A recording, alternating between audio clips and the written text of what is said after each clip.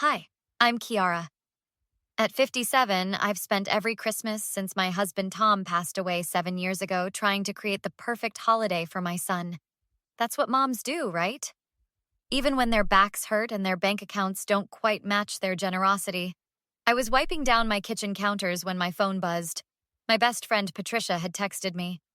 You starting the Christmas prep already? It's only November. You know me too well. Mark is bringing Vanessa and her family again.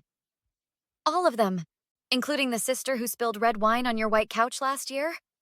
I sighed, remembering how Tiffany had laughed it off without even offering to help clean. Yes, Tiffany too, and her parents Eleanor and Richard. Girl, I don't know how you do it. 5 Christmases with that crew would break me. 5 years of marriage between Mark and Vanessa. 5 Christmases of emptying my savings to host her family. 5 years of them showing up without so much as a bottle of wine or a side dish. Remember last Christmas?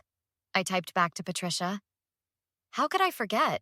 I was right there watching Eleanor criticize your turkey while going back for thirds. Last Christmas was particularly bad. Vanessa's mother had walked through my front door, looked at my tree, and immediately said, "Oh, you went with that color scheme again? How traditional." Richard had made himself comfortable in Tom's old recliner, flipping channels and complaining about my cable package. No premium sports channels?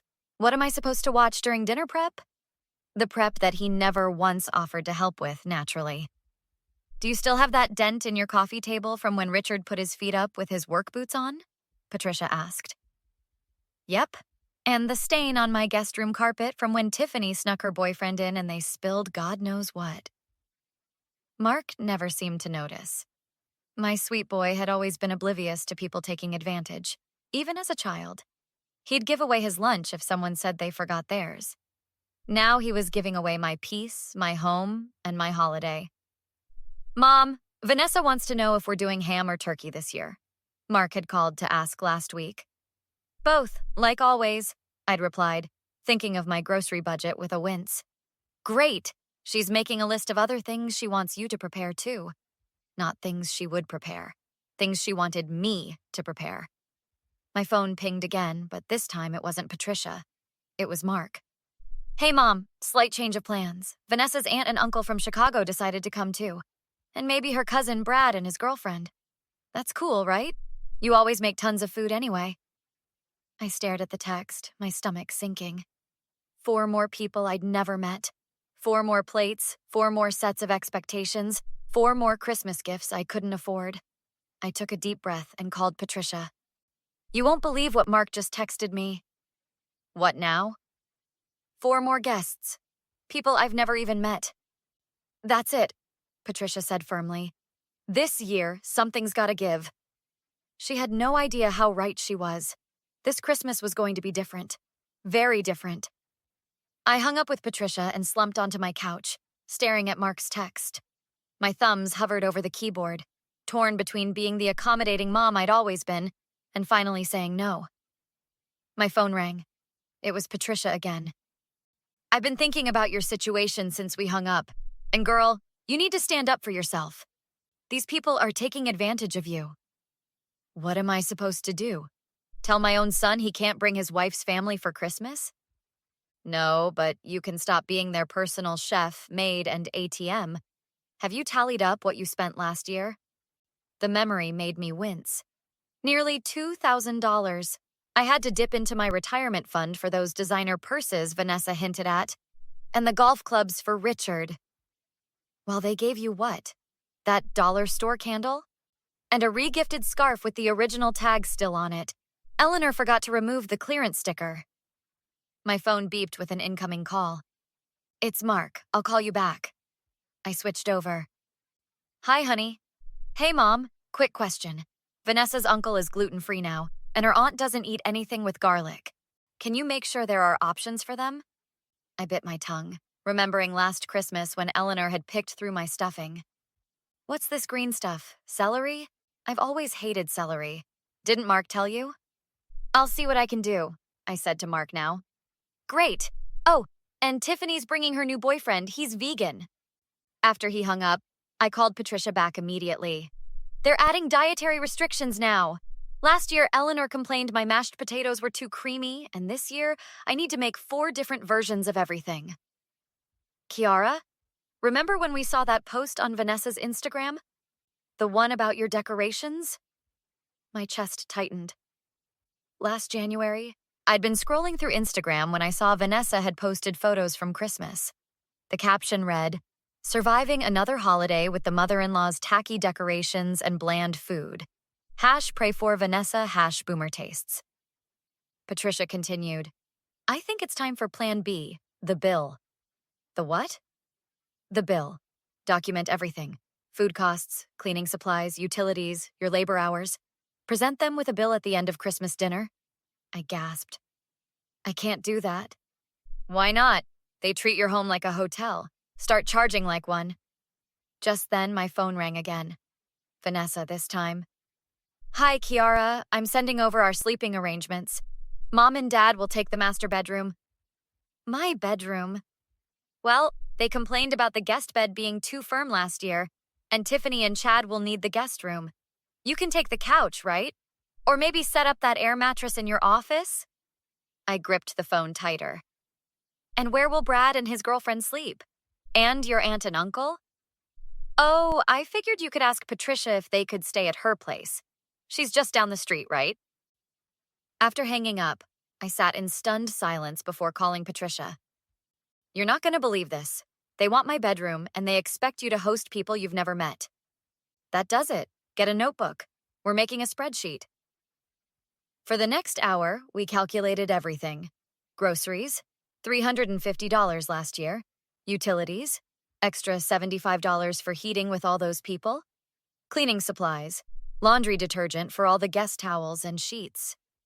Don't forget your labor, Patricia insisted. Cooking, cleaning, shopping, wrapping their gifts. At minimum wage, that's at least $500. As I tallied the growing list, a strange calm settled over me. This year would be different. This year, the giving would go both ways. I need to go shopping, I told Patricia. Not for food, for receipt books. Christmas morning arrived with a flurry of activity.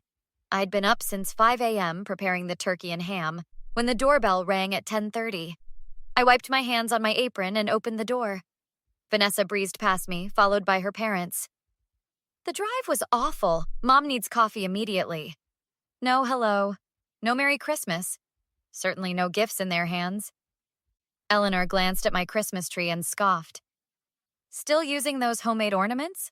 I thought you might have upgraded to something more elegant this year. I bit my tongue and pointed to the coffee maker. Help yourself. Richard headed straight for the living room, dropping his overnight bag in the middle of the hallway. Where's the remote? The game starts in 5 minutes. I jotted a quick note in the small notebook I'd tucked into my apron pocket. Richard, cable sports package upgrade request. $49.99. Tiffany arrived 20 minutes later with a tall, tattooed man I'd never seen before. This is Chad. Where can he put his stuff? I thought you were bringing Devin? I asked, confused. We broke up yesterday.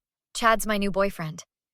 Chad slumped onto my sofa, combat boots still on, and reached for the crystal candy dish my late husband had given me on our first anniversary. Sweet snacks! He grabbed a handful of peppermints, accidentally knocking the dish to the floor where it shattered. Oops, he said, not getting up. I pulled out my notebook again. Replacement of Tom's crystal dish, $120. Eleanor had discovered the wine I'd been saving for dinner and was already pouring herself a generous glass. This is acceptable, I suppose, though I prefer French vintages. The $50 bottle I'd splurged on was half empty before noon. The doorbell rang again. A middle-aged couple I'd never met stood there with a college-aged boy and his girlfriend. You must be Kiara. I'm Vanessa's Aunt Linda. This is Uncle Jim, and our son Brad with his girlfriend Taylor. They pushed past me, Brad immediately asking, What's the Wi-Fi password? And do you have any beer? I looked around for Mark, who was helping Vanessa set up her phone to take family photos. Photos that wouldn't include me. Hey, Mark, can I talk to you for a minute? Not now, Mom. Vanessa wants to get these pictures before dinner. Vanessa clapped her hands. Speaking of dinner, Kiara, the turkey should be basted again. And we need more ice. And appetizers. Can you put those out while I finish up here? In the kitchen, I found Patricia, who had arrived with reinforcements.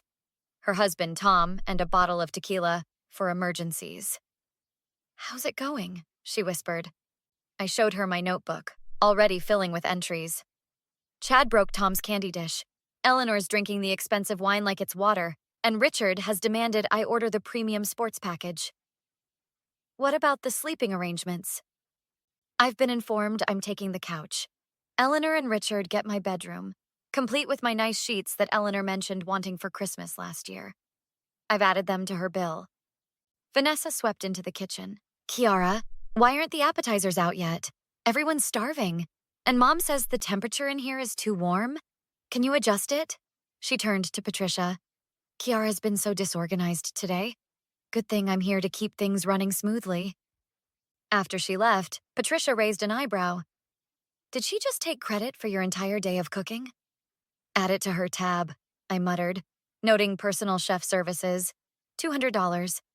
As the day progressed, the demands multiplied. Richard needed different pillows. Tiffany asked if I had a steamer for her dress. Brad complained that the internet was too slow for his gaming. Mark caught me in the hallway as I was carrying a stack of fresh towels requested by Linda. "Mom, is something wrong? You seem tense." "Nothing's wrong, just documenting the holiday." "What does that mean?" Before I could answer, Vanessa called from the kitchen.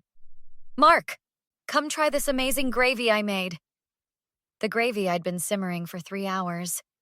I smiled tightly. Better go compliment your wife on my cooking. I carried the enormous turkey to the dining table where everyone was already seated. Patricia gave me an encouraging nod as I set it down in the center.